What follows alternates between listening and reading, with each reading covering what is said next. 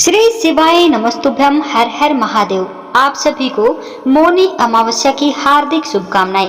भगवान भोलेनाथ की कृपा सदा सर्वदा आप और आपके परिवार पर बनी रहे। इसी मंगल कामना के साथ आज की वीडियो का शुभारंभ करती हूँ। आज माघ मास की मौनी अमावस्या का व्रत है। आज की इस वीडियो में हम सुनेंगे माघ मास की मौनी अमावस्या की कथा। मौनी शब्द का अर्थ है मौन रहना और अध्यात्म में मौन रहने का विशेष महत्व और लाभ बताया गया है। मौन रहना एक आध्यात्मिक साधना की तरह है। मौनी अमावस्या में भी मौन रहने की सलाह दी जाती है।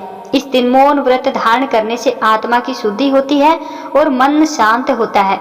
मौन रहकर व्यक्ति ध्यान और आध्यात्मिकता की ओर अग्रसर हो सकता है। मौनी अमावस्या ध्यान, योग और साधना के लिए सबसे उत्तम दिन माना गया है। माना जाता है कि इस दिन ध्यान और भक्ति से भगवान विष्णु और भगवान शिव की कृपा प्राप्त होती है।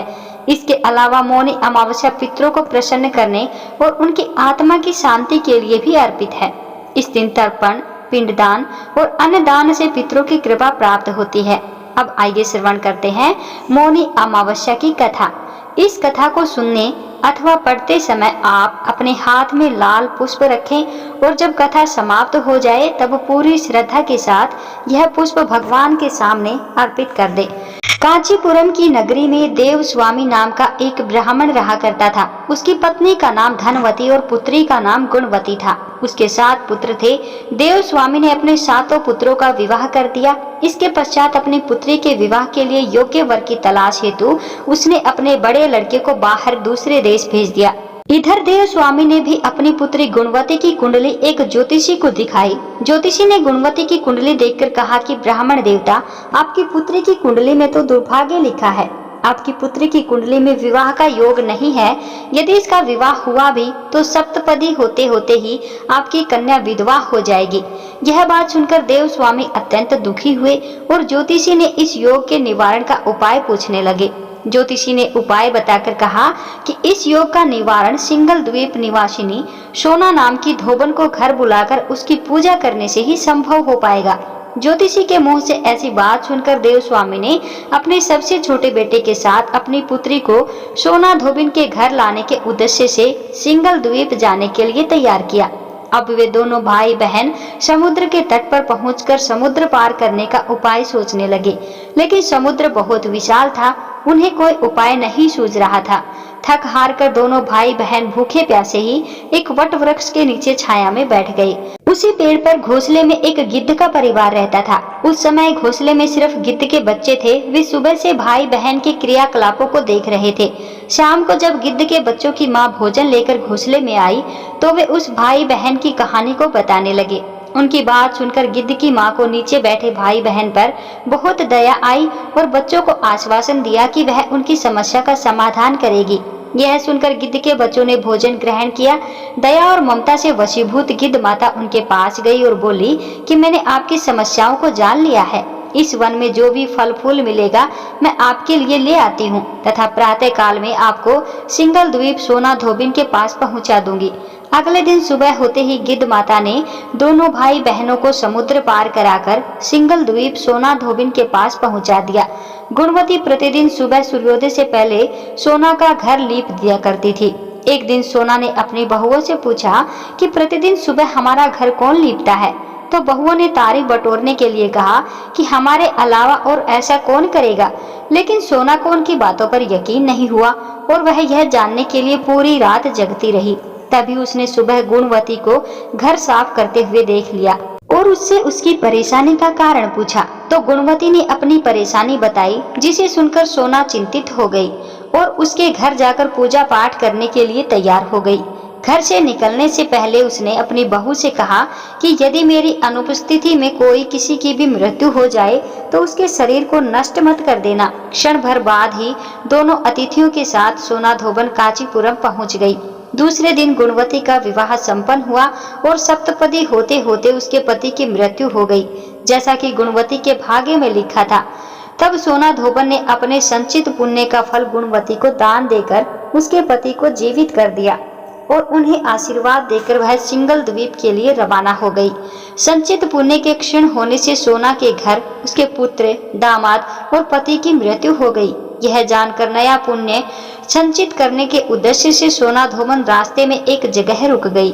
नदी के किनारे पर स्थित एक पीपल के वृक्ष की छाया में भगवान श्री हरि का और भगवान शिव का पूजन उसने किया और पीपल के वृक्ष की 108 परिक्रमाएं की। इतना करते ही सोना धोबन के पुत्र, दामाद और उसके पति पुनर्जीवित हो गए। उसका घर धन धान्य से भर गया। इस प्रकार निस्वार्थ भाव से सेवा करने का उत्तम फल सोना धोबन को प्राप्त हो गया। इस प्रकार किसी भी अमावस्या तिथि पर या मौनी अमावस्या के दिन किसी पवित्र नदी में स्नान करके विधिवत भगवान विष्णु जी की पूजा अर्चना करने और पीपल के पेड़ की परिक्रमा करने से मनोवांछित फल की प्राप्ति होती है तथा परिवार के सदस्यों पर भगवान विष्णु जी का आशीर्वाद सदैव बना रहता है। एक बार प्रेम से बोलिए भगवान श्री विष्णु जी की और माता लक्ष्मी की जय हो। मौनी अमावस्या पर माता की कथा सुनने से अनंत फलों की प्राप्ति होती है। तो आइए अब सुनते हैं अमावस्या माता की कथा। पौराणिक कथा के अनुसार एक गांव में सास और बहू अकेले रहती थी और उनका बेटा विदेश में कमाने के लिए गया हुआ था। सास और बहू बहुत प्रेम से रहती थी। दोनों एक दूसरे की देखभाल भी करती थी। एक दिन बहू ने खाना नहीं खाया। तब सास बहू से पूछने लगी कि बेटा आज तुमने खाना क्यों नहीं खाया। तब बहू कहने लगी कि सासू माँ आज मेरा अमावस्या माता का व्रत है, इसीलिए मैंने खाना नहीं खाया। तब सास ने कहा कि बहू यह व्रत क्या होता है और इस व्रत को करने से क्या फल मिलता है, मुझे भी समझाओ। तब बहू कहने लगी कि सासू माँ अमावस्या माता का व्रत करने से बहुत पुण्य मिलता है। घर में अन्न धन का भंडार भरा रहता है, सुख शांति बनी रहती है और अटल सुहाग मिलता है, पुत्र की प्राप्ति होती है। इसी तरह से 3 पनौती अमावस्या माता का व्रत भी रखा जाता है। इस व्रत में हर वर्ष अलग अलग खाना खाया जाता है और विष्णु भगवान के मंदिर में चढ़ावा चढ़ाया जाता है या फिर किसी ब्राह्मण को दान दक्षिणा दी जाती है। इस व्रत में पहले शक्कर, घी और चावल से बना खाना खाया जाता है। पहले साल व्रत पूर्ण होने के बाद 1.25 किलो चावल और 1 कटोरी घी और 1 कटोरी शक्कर किसी ब्राह्मण देवता को दान में दिया जाता है।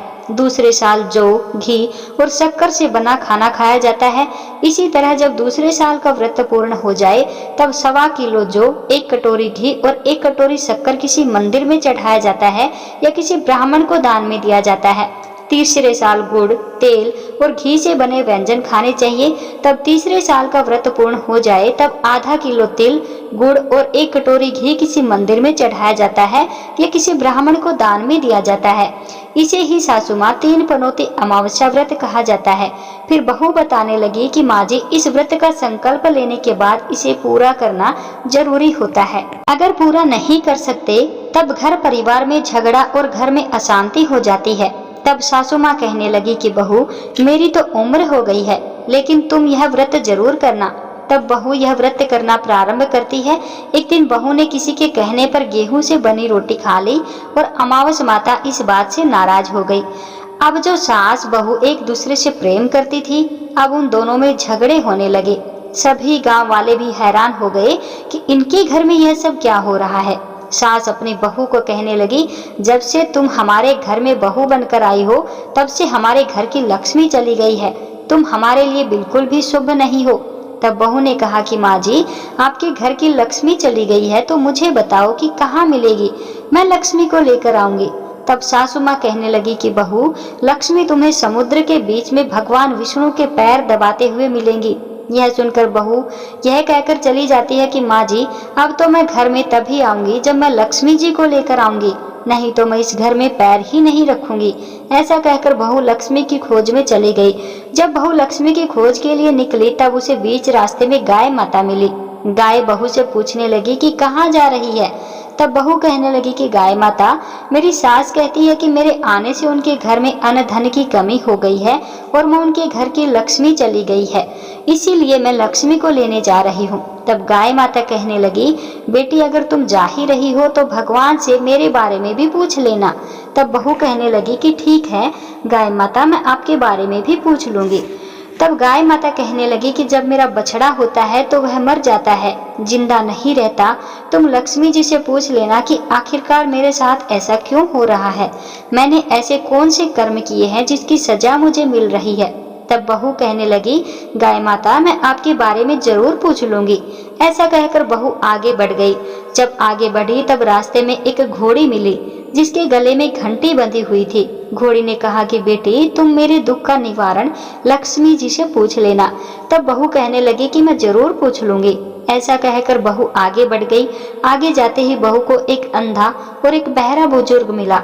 उन्होंने भी बहू से अपनी समस्या के निवारण के लिए पूछने को कह दिया। तब बहू उनकी समस्या भी भगवान से पूछने को कहकर आगे बढ़ गई। आगे जाते ही बहू को एक बूढ़ी औरत मिली जो कि हाथ और पैर से अपाहिज थी। उसने भी बहू से कहा कि बेटी, जब तुम भगवान से मिलो तो उनसे पूछना कि आखिरकार मैं अपाहिज क्यों हुई, मैंने ऐसे कौन से कर्म किए थे। तब बहू उनकी समस्या पूछने के लिए भी तैयार हो गई और फिर आगे बढ़ गई। आगे जाते जाते बहू बहुत थक गई और एक आम के पेड़ के नीचे बैठ गई।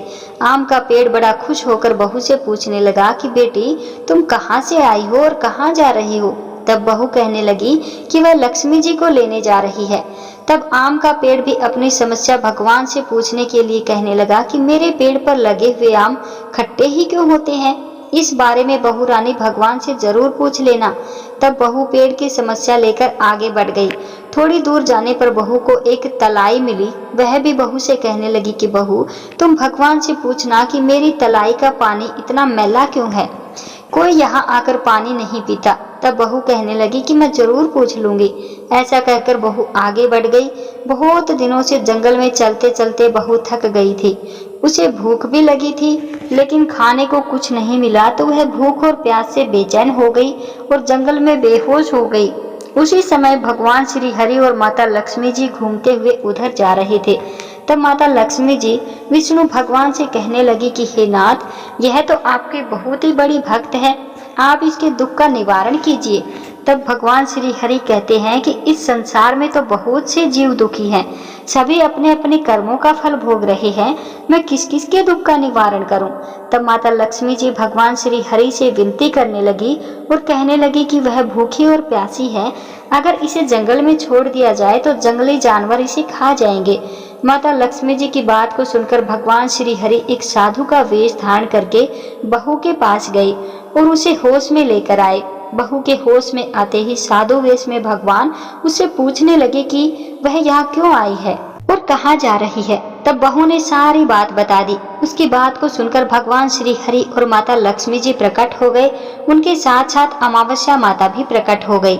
बहू यह सब देखकर उनके चरणों में गिरकर उन्हें प्रणाम करने लगी। तब अमावस्या माता बहू से कहने लगी कि बेटी, तूने मेरे व्रत को खंडित किया है, इसी की सजा तुझे मिली है, लेकिन अब मैं तुझे क्षमा करती हूँ। अब तुम अपने घर जाओ, तुम्हारा घर अन्न और धन से भर जाएगा, तुम्हारा घर सुंदर महल में बदल जाएगा और तुम्हारी सभी मनोकामनाएं भी पूर्ण हो जाएंगी। यह सब होने के बाद बहू ने रास्ते में जो भी मिला था उन सभी के दुखों का निवारण करने के लिए विनती की। तब भगवान श्री हरि कहने लगे कि गाय ने कभी अपना दूध किसी और को नहीं पिलाया, इस कारण उसके बछड़े जिंदा नहीं रहते। तुम उसका दूध पी लेना, फिर इसके बाद उसके बछड़े जिंदा रहने लगेंगे। और घोड़ी पिछले जन्म में आटा पीसने वाली महिला थी, वो किसी को आटा पीसकर नहीं देती थी, इसीलिए उसके गले में चक्की के पात बंधे हुए हैं। तुम उसके पात खोल देना, वो बिल्कुल ठीक हो जाएगी। और वह बुजुर्ग कभी भगवान के मंदिर नहीं गया, ना ही उसने कभी भगवान के भजन सुने। तुम उसे ले जाकर मंदिर में दर्शन करवा देना, इससे वह ठीक हो जाएगा। अपाहिज महिला, उसने कभी अपनी जवानी में दान पुण्य नहीं किया, इसीलिए उसको यह सजा मिली है। तुम उसे कुछ भी दान करवा देना तो उसकी विकलांगता दूर हो जाएगी। और वह आम का पेड़, उसने तो कभी अपने पेड़ के आम किसी बच्चे तक को नहीं खाने दिए, इसी कारण उसके सभी आम खट्टे हो गए हैं। अब तुम उस पेड़ का आम खा लेना और इसके बाद उस पेड़ के आम मीठे आने लगेंगे। और तलाई का पानी पिछले जन्म में देवरानी जेठानी थी, जो हमेशा आपस में झगड़ा करती थी, इसीलिए उसका पानी मैला है। तुम उसका पानी पी लेना, वह तलाई शुद्ध हो जाएगी, फिर लोग वहां आकर पानी पीने लगेंगे। इस प्रकार बहू ने भगवान श्री हरि, माता लक्ष्मी जी और अमावस्या माता को प्रणाम किया, उन्हें धन्यवाद दिया और अपने घर के लिए तैयार हो गई। रास्ते में उसे जो भी मिला था उन सब की समस्या भगवान के कहे अनुसार वह दूर करती चली गई। सभी ने उसे भर भर कर आशीर्वाद दिया। घर पहुंचते ही उसका टूटा फूटा घर एक सुंदर महल में बदल गया। उसके घर में जब अन्न और धन के भंडार जो थे वो भर गए। अब बहू ने सास माँ से कहा कि सासू माँ, आपने तो सच में कहा था कि मैं आपके लिए शुभ नहीं हूँ। मेरे जाने से ही आपके घर में लक्ष्मी आई है। आप यहाँ रहें, मैं मरने जा रही हूँ। तब सास ने कहा, बेटी, यह सब तुम्हारी अमावस्या माता के व्रत करने का ही फल है जो हमें मिला है। तुम यहीं पर रहो, अब तुम यहाँ से कहीं नहीं जाओगी। इस प्रकार सास और बहू खुशी खुशी रहने लगी। और फिर एक दिन सास का बेटा भी विदेश से वापस लौट आया।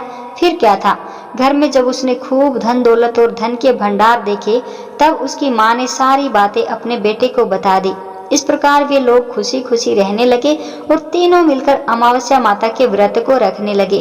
प्रेम से बोलिए अमावस्या माता की जय। हे अमावस्या माता, आप सभी की रक्षा करना। इस कथा को कहने, सुनने और हुंकार भरने वाले सभी भक्तों के घर में धन धान्य के भंडार भरना, सभी की रक्षा करना। प्रेम से बोलिए अमावस्या माता की जय। तो यह थी मौनी अमावस्या की कथा। आज की कथा पसंद आई हो तो वीडियो को लाइक करें, चैनल को सब्सक्राइब करें और साथ में कमेंट बॉक्स में श्री शिवाय नमस्तुभ्यम अवश्य लिखें। तो मिलते हैं अगली कथा में, तब तक के लिए जय श्री कृष्णा, राधे राधे।